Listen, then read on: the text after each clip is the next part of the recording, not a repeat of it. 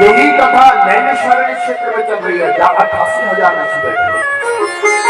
और उन 88,000 ऋषियों को सूत जी महाराज जो सबसे छोटी उम्र के थे वो कथा सुना। और सुखदेव जी कहते हैं कि राजन, एक बार दुर्वासा मुनि द्वारा आशीर्वाद के रूप में जो है प्रवक्त माला इंद्र को दी गई, और उस माला की अवज्ञा की इंद्र ने जब उस माला का तिरस्कार किया, अवज्ञा की, तो दुर्वासा जी ने उनको श्राप दे दिया कि जाओ तुम श्रीहीन हो जाओ।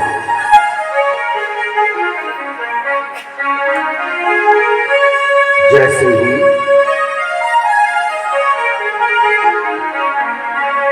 शुक्राचार्य जी को पता चला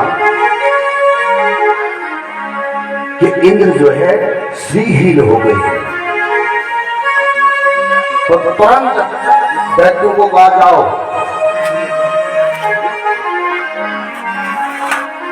स्वर्ग पर आक्रमण करो। दैत्य लोग स्वर्ग पर आक्रमण करने के लिए पहुंचे, देवता लोग वहीं से भागे, युद्ध तैयारी नहीं, वैसे ही चले गए वहां से। देवता नारायण की शरण में गए और नारायण की शरण में जाकर के कहा, महाराज हम कहां जाएंगे, हमारी रक्षा करो, हम क्या करें। तो भगवान ने कहा, तुम्हारा श्री जो है समुद्र में चले गया है, तो श्री कैसे हमें प्राप्त हो। तो भगवान ने कहा, एक ही उपाय है भैया, कि तुम लोग जो है समुद्र मंथन करो। भगवान ने जब समुद्र मंथन कहा, बोला आप अकेला नहीं कर सकते हो समुद्र मंथन, अकेले में समुद्र मंथन तुम नहीं कर सकते हो, बोला तुम्हें जो है दैत्यों का सहारा भी लेना पड़ेगा। बोला दैत्यों का सहारा कैसे लेंगे, वो तो हमसे हमारा तो विरोधी करते हैं।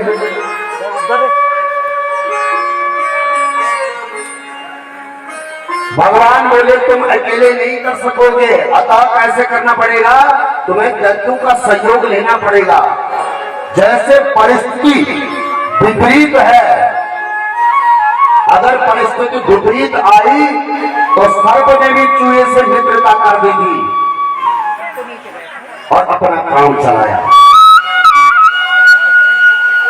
भगवान कहते हैं इसलिए कूटनीति कहती है कि अयो बिहि संदेया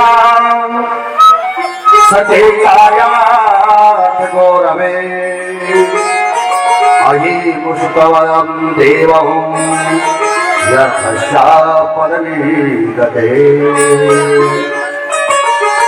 सर्प ने भी चूहे से मित्रता कर दी, तो देवता को बात समझ में आ गई।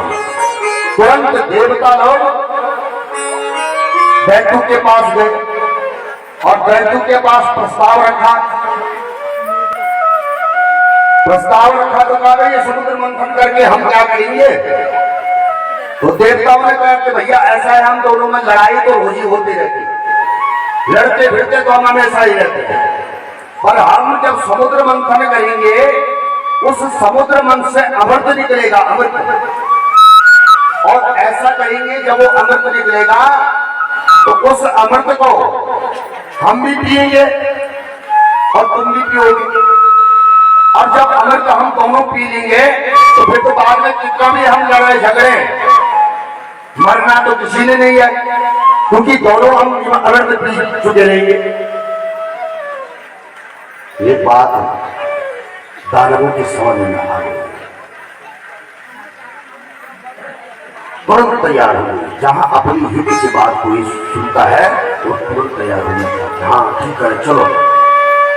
तो दैत्य ने भी ऐसे सुना, हित की बात कही, तैयार हो गए। तो भाई कैसे करके समुद्र मंथन होगा।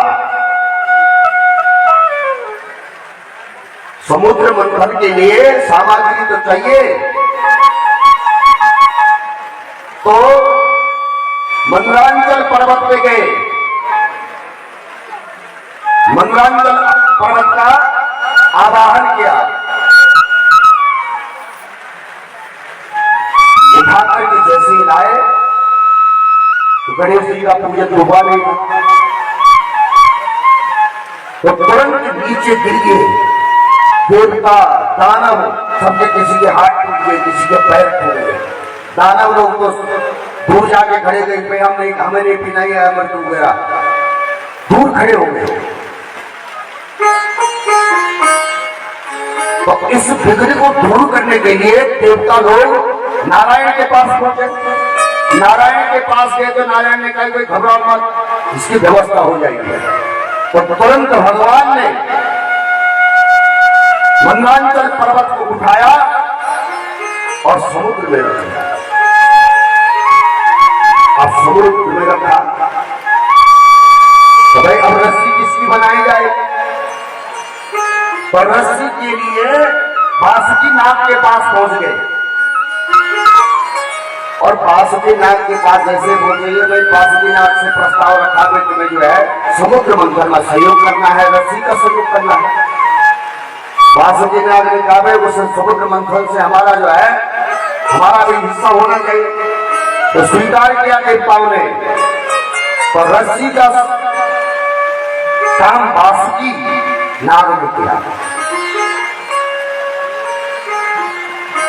अब भगवान ने सोचा कि रस्सी भी आ गई, पर्वत भी आ गया, और वो पर्वत समुद्र में जैसे ही रखा तो वो डूबने लग गया।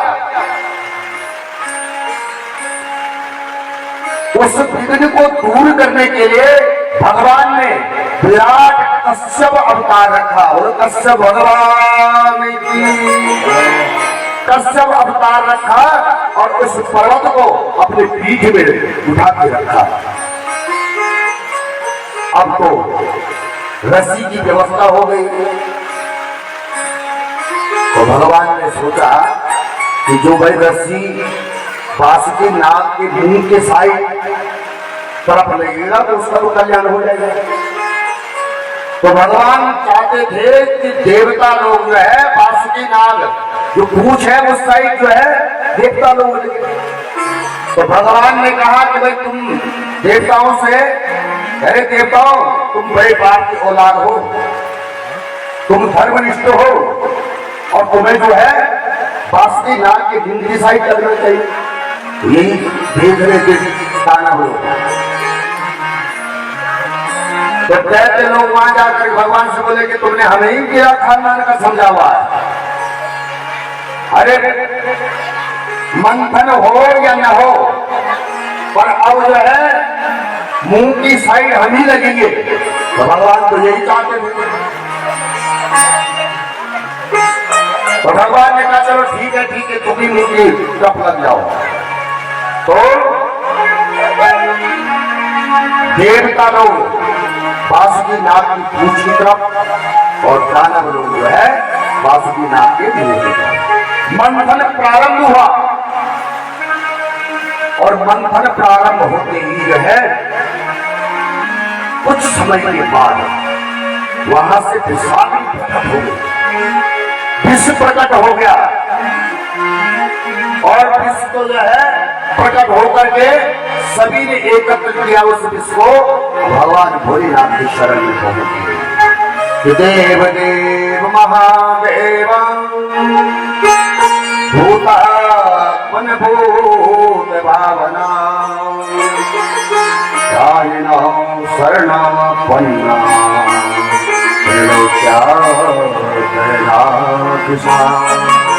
हे देवादि देव महादेव, हे भूतात्मन त्रिलोकीनाथ,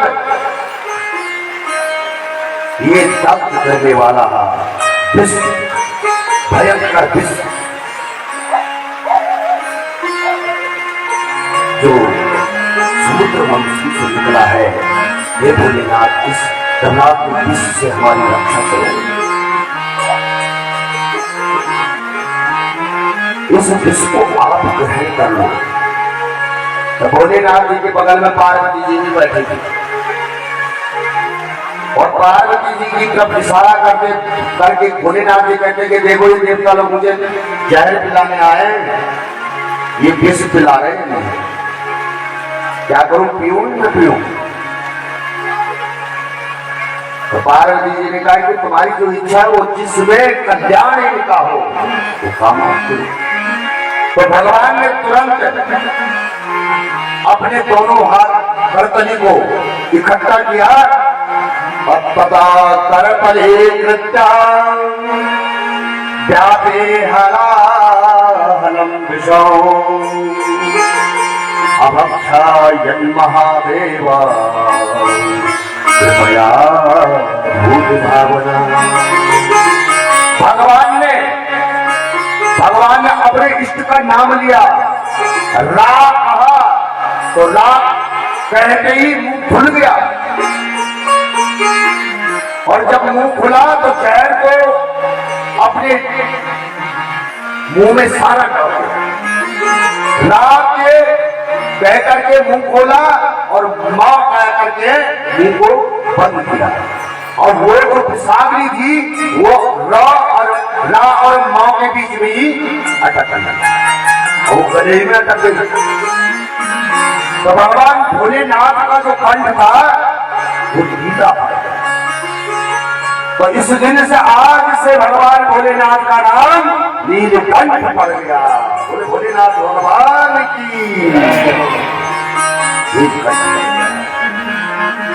फिर मंथन प्रारंभ हुआ तो कामधेनु गाय निकली, वहां से कामधेनु गाय प्रकट हुई जो ऋषि को दान की।